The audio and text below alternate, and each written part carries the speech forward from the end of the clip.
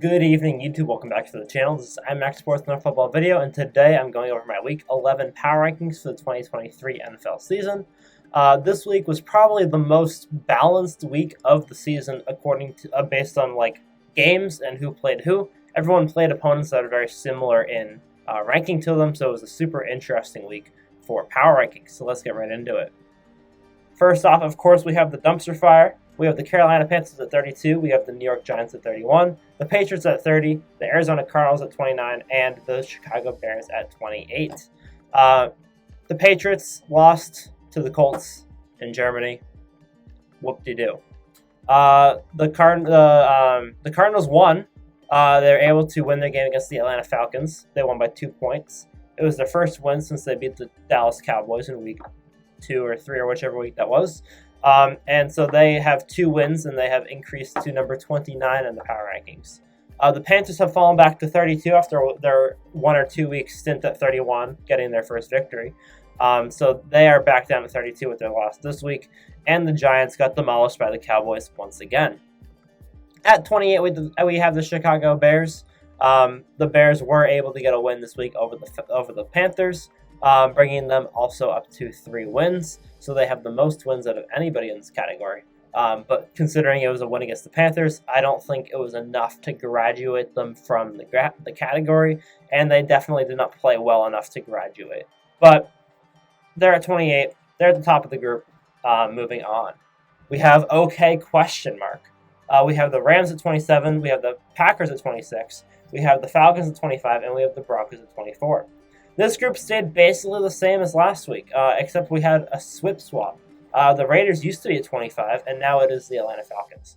The Rams are on bye this week, so the Rams are staying at number 27. The Packers are staying at 26, even though they did lose to the Steelers. The Steelers are a fairly strong team, so I'm not going to move them down a spot for that loss. They did play a close, tight game. They only lost by 4, and obviously they beat the Rams last week. The Falcons are at 25. They're basically in timeout right now. They've lost 4 or 5 games in a row, and they are looking horrendous. They're looking like arguably the worst team in the league right now. They just lost to the Cardinals, who were the worst team in the league until this week, and they just look horrendously bad. I almost put them above the Broncos, but just in case the Broncos win tomorrow on Monday Night Football, I'm putting them at 25. Even if the Broncos lose, I still think that the Falcons should be at 25. They have been playing horrible recently. And I really thought that they had some chance of being decent this year, but they really just have not looked good recently. And, of course, the Broncos play Monday night. Moving on, we have some glimpse of hope. We have the Tennessee Titans at 23. We have the Washington Commanders at 22. And we have the New York Jets at 21. I might need to change this category soon. I think that all of these teams are losing their last glints of hope. The Titans lost in a very poor showing this week, 20-6 against, I believe, Tampa. Washington at 22 has been iffy at best. Sam Howell's actually been pretty decent. And they put up a fight against Seattle this week, but it wasn't enough to win. They dropped to 4-6, and all of these teams are just on the line of being okay. The Jets for a while were doing well. I believe they were 4-3 at one point. Now they are back down to 4-5 after losing 2 games in a row. One of them being to the Raiders, who have only managed to beat really bad teams so far this season. And the Titans have looked like they're going to start doing better with Will Levis. And then this week, they just couldn't get a single thing going offensively. All of these teams have had some glimpse of hope at some point in the season. They have had their ups and downs, but for right now, they all have about 3 or 4 wins, and none of them seem like they're going anywhere special this season. Oh, I need to change this category. Almost good is what we're going to call this one. We have the Raiders at 20, we have the Colts at 19, we have the Buccaneers at 18, and we have the Chargers at 17. The Chargers basically are going to never be below 20 simply because they have Justin Herbert, but right now they're sticking around at 17 with their loss this week to the Lions. It was a 3-point loss. The Chargers are really good at losing by 3 to really strong teams. That seems to be a habit for them this season. And with that loss, they fall to 4-5. That being said, they're staying above Tampa for now, who had a win this week to improve to 4-5. But the main reason for that is simply because the Buccaneers are playing the Colts next week, and I'm gonna base the Buccaneers positioning off of that. The Chargers just have a more consistent offense. So even though Tampa's defense is better, and usually I'm a defensive position guy, on the bottom half of the tier list, I'd prefer to go for offensive teams. I'd rather have an offensive team that's bad on defense than a defensive team that's horrendously bad on offense. So with that being said, I would prefer the Chargers over the Buccaneers right now. The Colts are at 19 as though they are 5-5, and the Raiders are also 5-5. So even though they're half a game better than Tampa and the Chargers, I think that Tampa and the Chargers have had slightly more impressive seasons so far this year. The Raiders' best win is the Jets, and their other wins include the Falcons, the Broncos, the Packers, the Patriots, and someone else bad. The Raiders really have not been great this year. But they are 5-5. They found a way to manage to win 5 games, and this Jets win brought them back up to 20 in the power rankings, and the Colts are at 19. The Colts could have been at 18 or 17, but I'm going to leave that up to the Buccaneers game next week. The Buccaneers-Colts game next week is going to decide a lot of this middle power rankings. One of those teams is either going to be 6-5 or 5-5, and they're going to be in command of the number 17 spot in the power rankings. Unless the Saints lose, then they'll be in command of the number 16 spot. Moving on to probably contenders, we have the Saints at 16, the Texans at 15, the Bills at 14, the Vikings at 13, and the Seahawks at 12. Not a lot of movement in this category. The Bills obviously have not played yet. They're going to be playing tomorrow night against the Broncos. I do expect them to win that game, but if they lose, then they'll probably go down to 16. The Vikings and the Seahawks both won their games, but neither of them were like the most impressive ones in the world. The Vikings obviously beat the Saints, who they were fighting for a spot in this category for, so they secured their spot at number 13. And Seattle was playing Washington. Both of them were close games, but they both got the victory. The Saints dropped down to 16 from 15, I believe, and they were passed up by the Texans, who beat the Cincinnati Bengals this week. The Texans could very well continue on to move up next week. I need to see one more week out of them. This is a strong week against the Bengals, but the Texans have had a very up and down season, but they're definitely on the upswing. So if they have another strong game next week, then they can most definitely be getting close to the top 10. As for the Saints, it was a close game against the Vikings. I didn't hurt them too much for it. They're a pretty strong team. They're 5-5, and I think they're going to continue to do well. Moving on, we have midlife crisis. We have the Steelers at 11, we have the Dolphins at 10, and we have the Jaguars at 9. The Steelers obviously didn't gain a whole lot of places this week. They stayed at number 11. It wasn't the best win in the world. It was a good win. It was a good, strong win, but the Packers are not one of the greatest teams ever. And so because of that, the Steelers have stayed at number 11. They did not move up for their win against the Packers this week. The Dolphins stayed at 10 because they were on a bye. And so usually I don't move teams that are on bye. So since Miami is on a bye this week, they stayed at number 10. And Jacksonville fell way down. Last week I had them all the way up at 3, and they fell down to 9. This was a reevaluation week for them because they lost 34-3 to the 49ers, who are a team that's been lower than them for 2 or 3 weeks now. And when reevaluating the Jaguars, I realized they hadn't really beaten anybody too impressive. Obviously, they'd beaten Buffalo, but that was back when I thought that Buffalo was better than they were.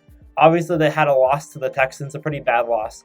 And generally, the Jaguars season hasn't been as impressive as their win streak would say.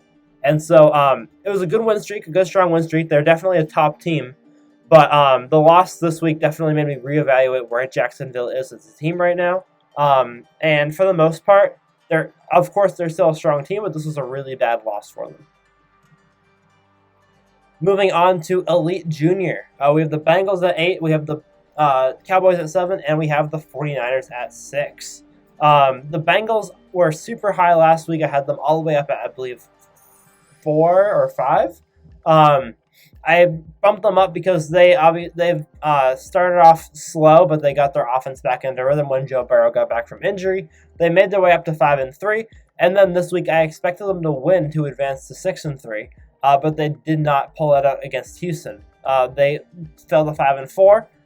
Houston is also in 5-4, and many people may say, why are the Texans all the way down at 15 and the Bengals are all the way up at 8? Most of that is because the Bengals still have had a strong showing recently. They beat the 49ers, they beat the Seahawks, and they beat another strong team, and their schedule they've been getting better as the season's gone on. This is a close 3-point game. They were down by a lot, and they were able to bring it back. So I'm not going to hurt them too much for it. But I do think that the Bengals are better than their record, and I think that they're much better than 5-4. The Cowboys are at 7 and the Niners are at 6. These two teams have kind of been glued together recently. They're both in the midlife crisis for a couple of weeks. The Niners were on a 3-game losing streak, obviously, after beating the Cowboys 40-3. And so because of that, they've been kind of glued together. The Niners have been just above the Cowboys because of that big game that they beat them in. But generally speaking, they both were on downward swings, and now they might be on their way back up. Dallas didn't have they had a massive win this week with a 49-point victory, 49-point offensive performance against the Giants. But the Giants obviously are one of the worst teams in the league. So it was a big win, but the Cowboys are very good at demolishing bad teams, especially the Giants. They're not as good at beating good teams. So I'm curious to see how the Cowboys continue on the season. I think the 7 is a fair spot for them right now because they definitely have the talent to be a top 5 team. They just need to put it together against good teams to get up in the rankings. As for the Niners, they do have those performances against good teams, but they also lost 3 games in a row. And so they're out of the top 5 until they kind of start winning more games consistently. And last but certainly not least, we have the NFL's elite. We have the Browns at 5, we have the Chiefs at 4, the Lions at 3, the Ravens at 2, and the Philadelphia Eagles at number 1. The Browns, first time in the top 5, I believe, this season. They have made it officially to the top 5, mostly because Deshaun Watson's back and the Browns are better than ever. They won 33-30 over the Ravens this week in Baltimore, which is a very impressive win. They've looked better ever since Deshaun Watson's come back, and 2 of their losses were without Deshaun Watson. One of them was against Seattle with P.J. Walker, and P.J. Walker was not bad by any means with the Browns, but he was not as good as Watson, obviously. And then they had Dorian Finney-Smith in the Ravens game, and he was just horrendous. So between those 2 games, two of the Browns' losses are without Deshaun Watson. The other loss was a weird game in Pittsburgh. It was a divisional game, and Pittsburgh always plays their division hard. So, the Browns are better than they're 6-3, and I still think that they're better than their record. The Browns are a very strong team, and I think they're going to continue to move up in the rankings every single week. Kansas City's at number 4. They were number 4 last week. I would have put the Browns above Kansas City, but I usually don't move teams down on a bye. So based on how Kansas City plays next week will depend on where Cleveland ends up. But I think that Cleveland looks really strong, and Kansas City obviously is on bye. The Lions are number 3. They passed up the Kansas City Chiefs, replacing the Bengals or the Jaguars, one of those 2 teams, because one of them was above Kansas City last week. I believe it was Jacksonville. The Lions had a strong win this week over the Chargers. It was a 3-point win, but it was a win nonetheless. Amon-Ra St. Brown went off this week. He had a phenomenal performance, and the Lions advanced to 7-2. They haven't had the hardest schedule in the world, which is why they're at number 3 instead of number 2. But they have been consistent, other than their game against the Ravens. And that's why the Ravens are at 2. The Ravens are staying at number 2, even though it was a 3. They lost to the Browns by 3.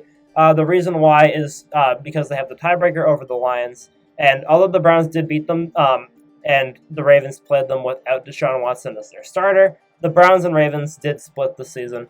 So I didn't think it would be, I didn't want to be too harsh to the Ravens after a 3-point loss to a divisional rival. The Ravens obviously were my number 1 last week, and they disappointed. Well, I had them number 1 2 weeks in a row. They affirmed my position last week by getting a massive win. And then this week over Seattle. And then this week they went a little bit off from my number 1 position. So I will say Ravens did not impress me this week. But I'm going to keep them at number 2. I still have faith. I still think that they're one of the best teams in the league. And last but certainly not least, we have the Philadelphia Eagles. Eagles fans, you've been waiting a long time for this one, and they have finally reached the number 1 spot. Obviously, the Eagles have been one of the top teams of the league all season, but I've been hesitant to put them at number 1 just because they haven't been as dominant as they were last year, but of course they're still a 7-8-1 team, and they're still, right now, they are the best team in the league, and they are by far the most consistent team in the league. So, thank you guys for watching. Hope you guys enjoyed. Make sure to leave a like, subscribe to the channel if you're new, and I will see you guys all in the next one. Peace.